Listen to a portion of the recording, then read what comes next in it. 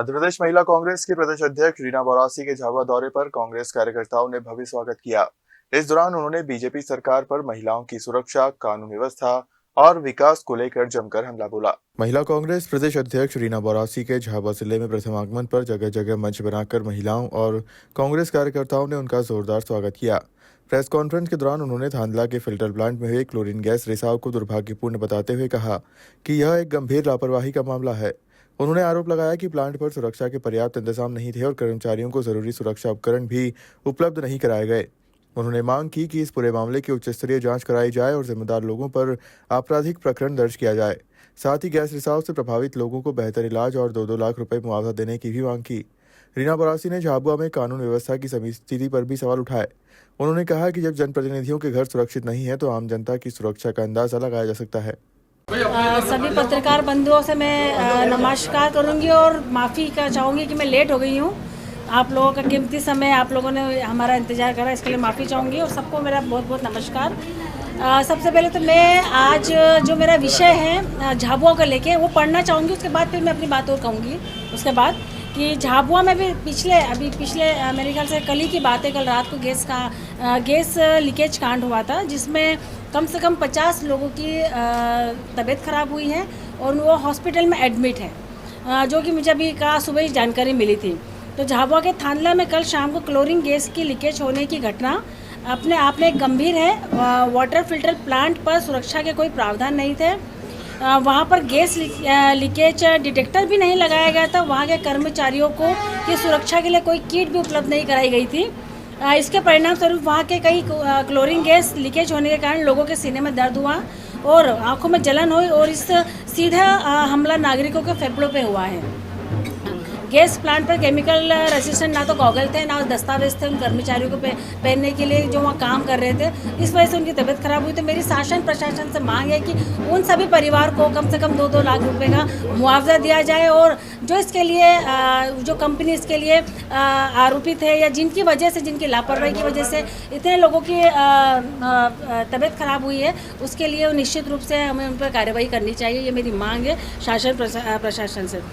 झाबुआ क्षेत्र के कानून व्यवस्था की मैं बात करूंगी कि आपको सभी को जानकारी हो कि जिला पंचायत अध्यक्ष सोम जसवंत सिंह जी के घर में अगर चोरी हो जाएगी तो बाकी आम जनता के घर में क्या होगा। आप सोचिए, ये कानून व्यवस्था है कि इस तरीके की व्यवस्था से किस तरीके से झाबुआ निपटेगा।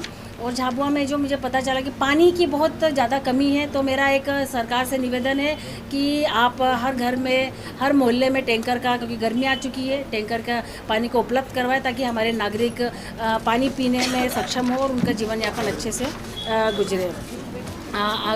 झाबुआ के विकास पैकेज की भी मैं बात करूंगी तो आदिवासी बहुल्य जिला विकास की दौड़ में सबसे पीछे है। आज तक सरकार के द्वारा झाबुआ में किसी प्रकार की कोई गतिविधि या किसी प्रकार की कोई गति विकास के नाम पे कोई भी ऐसे कदम नहीं उठाए गए। ऐसी स्थिति में ज़रूरी है कि राज्य सरकार के द्वारा झाबुआ के लिए विकास के पैकेज को अलग से घोषित किया जाए।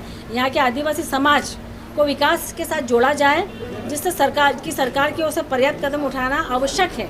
पिछले 22 साल से मध्य प्रदेश में भाजपा की सरकार है। मेरी सरकार से निवेदन है कि झाबुआ के क्षेत्र की अनदेखी नहीं की जाए। कांग्रेस ने हमेशा ही दलितों और आदिवासियों के साथ न्याय करा है और हमेशा उनके विकास के लिए काम किया है। तो आदिवासी समाज को आगे लाए। इस समय भाजपा की सरकार के कारण देश में संविधान की धज्जियां उड़ाई जा रही है, लोकतंत्र की हत्या की जा रही है। इसका पूरा देश जानता है, पूरा प्रदेश जान रहा है कि किस तरीके से लगातार दबाव बनाया जा रहा है। विधायकों की बात करेंगे, जैसे कि हमारे यहाँ पे लगातार अब राज्यसभा चुनाव आने वाले हैं, तो कहीं कहीं प्रकरण पुराने निकला के ऐसे छोटे प्रकरण में हमारे विधायकों की गिनती कम की जा रही है। तो लोकतंत्र की हत्या चाहे वो न्यायिक तरीके से हो या प्रशासनिक तरीके से हो, लगातार भाजपा के द्वारा की जा रही है। मेरा यही निवेदन है। मैं बल्कि 22 साल से अगर आप सरकार में हो तो महिला सुरक्षा के नाम पे आपने क्या दिया है महिलाओं को, ये पूछना चाहती हूँ। अभी कुछ दिन पहले हमने एक और प्रेस कॉन्फ्रेंस ली थी जिसमें पूरे प्रदेश भर की बल्कि देश भर के ऐसे कई ऐसे कांड थे जो भाजपा नेता द्वारा छोटी बच्चों के साथ दुष्कर्म भी किया जा रहा है या वृद्धा के साथ भी किया जा रहा है, एक युवती के साथ भी किया जा रहा है, जिसमें बड़े भाजपा के नेताओं के नाम आए। जैसे कि आप कुलदीप सेंगर की बात करूँगी, मैं ब्रजभूषण शरण की बात करूँगी। ब्रजभूषण शरण जो कि सांसद रहते हुए उन्होंने महिला पहलवानों के साथ बदतमीजी करी, जिसके लिए हमारे देश की बेटी, देश का गौरव, जाके जंतर मंतर पे कई महीनों तक उन्हें जब धरने पे बैठी तब जाके कुछ हुआ।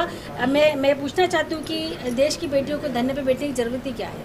22 साल में आप मध्य प्रदेश में राज कर रहे हो, पिछले 12 साल से पूरे देश में राज कर रहे हो। लगातार कहीं भी जो भी दुष्कर्म के केस आते हैं उसमें कहीं ना कहीं भाजपा का हाथ होता है, या भाजपा के किसी मंत्री का हाथ होता है, या किसी ना किसी उनके रिश्तेदारों का हाथ होता है। अभी गोवा की ही हम घटना की बात करेंगे। 20 से 30 नाबालिग बच्चों के साथ वहाँ के पार्षद के लड़के ने पिछले 3 साल से उनके साथ में लगातार दुष्कर्म कर रहा था और उसका वीडियो वायरल कर रहे थे। जब 2 बच्चियों के परिवारजन जाके उन पर मुकदमा कायम कर, तब जाके ये बात सामने आई है। और उसमें प्रशासन बोलता है कि हमें पता नहीं है, शासन बोलता है हमें पता नहीं है, वहाँ के विधायक बोलते हैं, उनके सांसद बोलते हैं, वहाँ की सरकार बोलती है हमें पता नहीं। 3 साल बहुत होते हैं पता करने के लिए।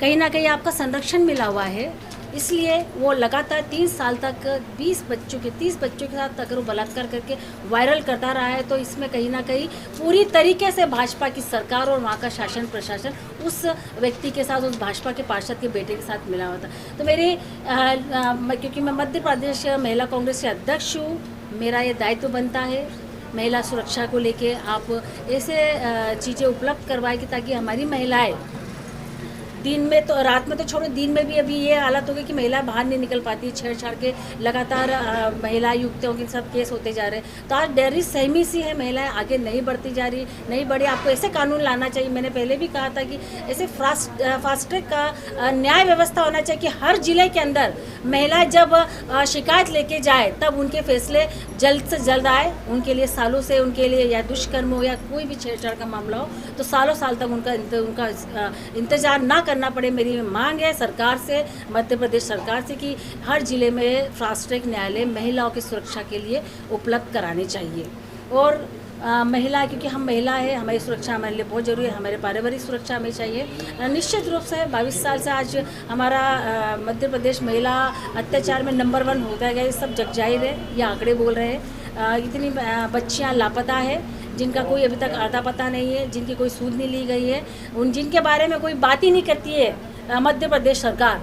आप देखिए किस तरीके से मध्य प्रदेश में महिला सुरक्षित है। मेरा एक ही निवेदन है कि महिलाओं की सुरक्षा के लिए आप कुछ करिए, कुछ ठोस कदम उठाइए। झाबुआ से शाबिर मंसूरी की रिपोर्ट।